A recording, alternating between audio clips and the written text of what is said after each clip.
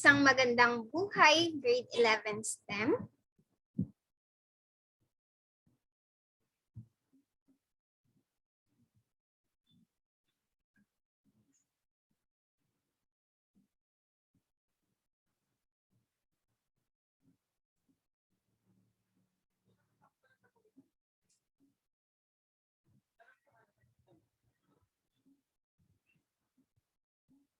Bago tayo magsimula, tayo muna ay mananalangin at ito ay pangungunahan ng inyong kamag-aral na siyang nakatalagang manguna sa ating panalangin.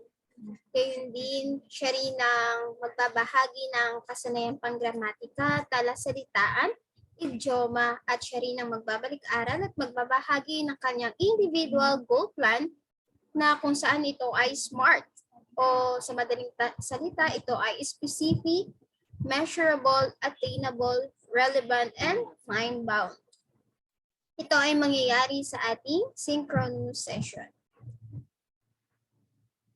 Ayon sa pahayag na ito, sa pamamagitan ng wika, tayo ay nagkakaroon ng pagkakataon upang makiusap at makipagtalastasan sa ating kapwa mamamayan o kababayan. Sa madaling salita, malaki ang ginagampanang bahagi ng wika sa ating pang-araw-araw na pamumuhay.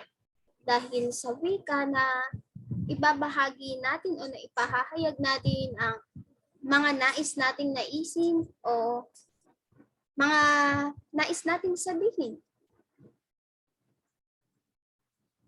Kung kaya ang layunin natin sa araw na ito o sa aralin ito ay nasisiyasat ang makabayang pagsusuri ng wika sa kasalukuyang panahon na ipahahayag ang malasakit sa wika bilang isang medium na umiiral sa lipunan at natitimbang ang gamit ng wika bilang daan sa pagkakaunawaan.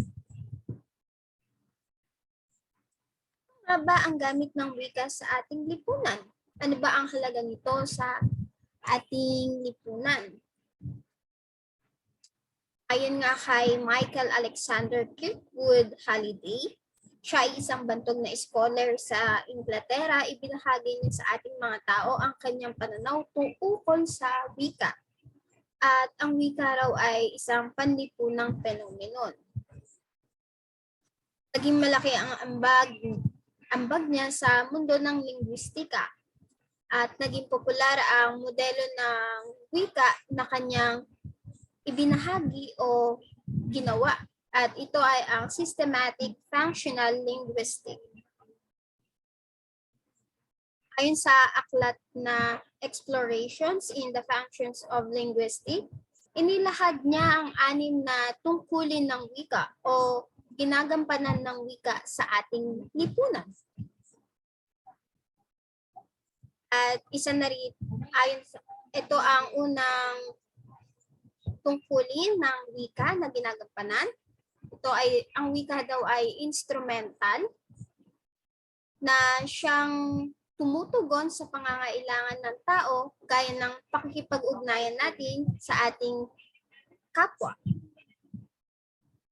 Ayon dito, nasasabi natin kung ano yung mga pangangailangan natin, lalo na ang pagkain, matitirhan at marami pang iba.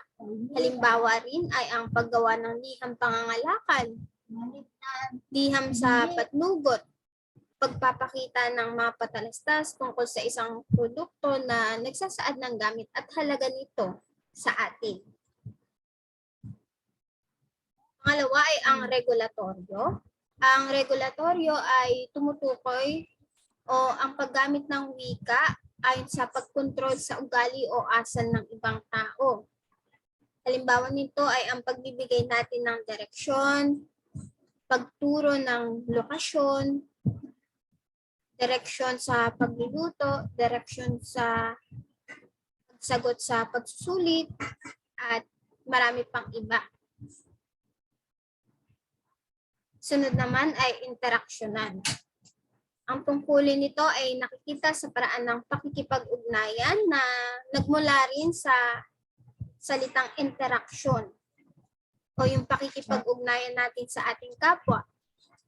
Sa ating lipunan daw, ginagamit natin ng wika upang makipaghalubilo o makipag-ugnayan sa ating kapwa.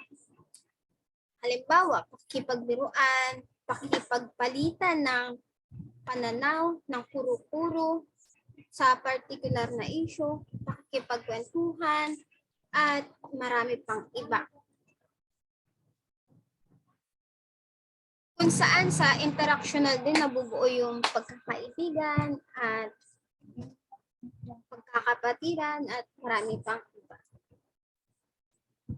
Sa personal naman, ginagamit din daw natin ang wika sa ating personal na pangangailangan dahil naipahahayag natin yung nais nating sabihin o yung mga opinion natin. Kasama rin dito ang pagsusulat ng journal at saka tala-arawan at pagpapahayag ng mahalagang anumang anyo ng panitikan. Ang panglima ay ang heuristiko. Sa heuristiko, ginagamit daw natin ito upang makakuha o makakalap tayo ng mga impormasyon, mga mahalagang impormasyon na may kinalaman sa nais nating paksain o pag-aralan. Halimbawa ay ang pag-i-interview natin sa isang tao na makasasagot doon sa mga tanong na nasa form natin. Yung pakikinig natin sa radyo, nakakakuha tayo ng impormasyon kung ano na ba yung nangyayari sa ating mundo.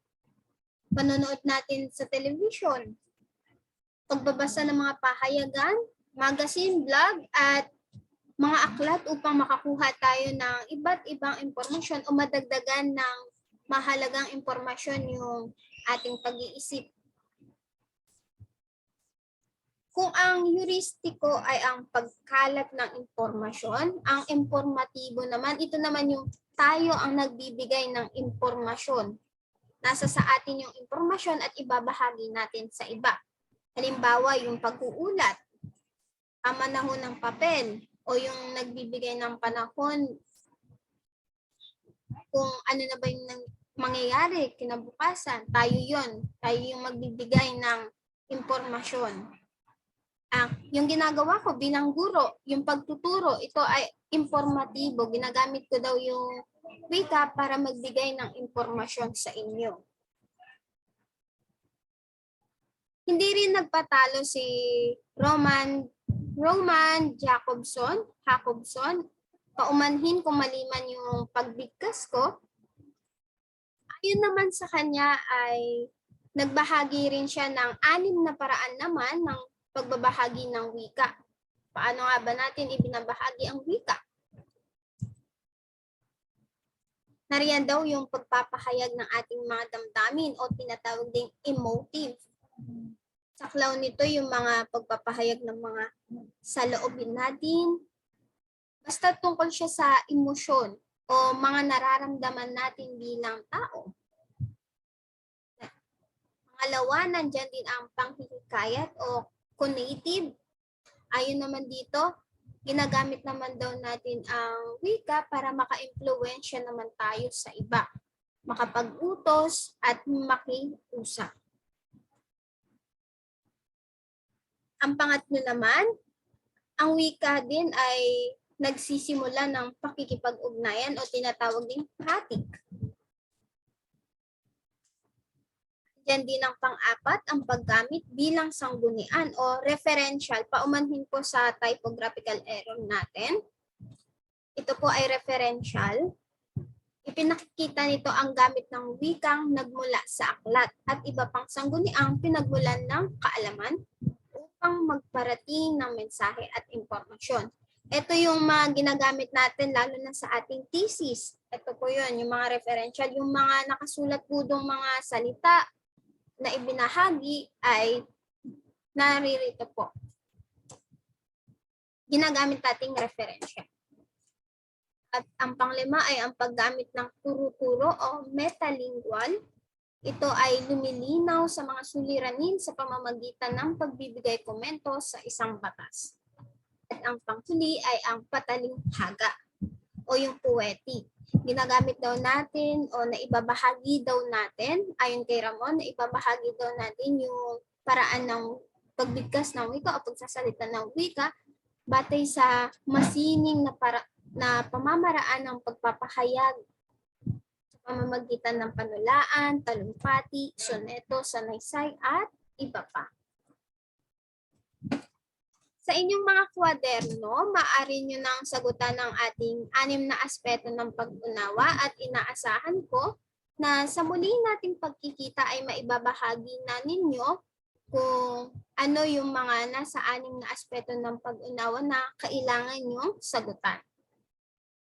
Gayon din ang ating year, pakisagutan na rin po sa inyong mga kwaderno. Ang dalawang ito ay makikita natin sa ating learning log na ipapasa ninyo sa akin matapos ang ating synchronous session sa muli nating pagkikita. Ayun lamang at maraming salamat. Naway may natutunan kayo sa inyong panonood at inaasahan ko na mag-aaral kayo ng mabuti. Lamang ang may alam, kaya mag-aral tayo mabuti. Yun lamang po at maraming salamat.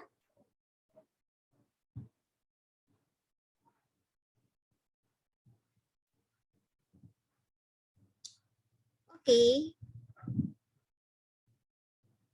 Maraming salamat. Parang may kasunod pa.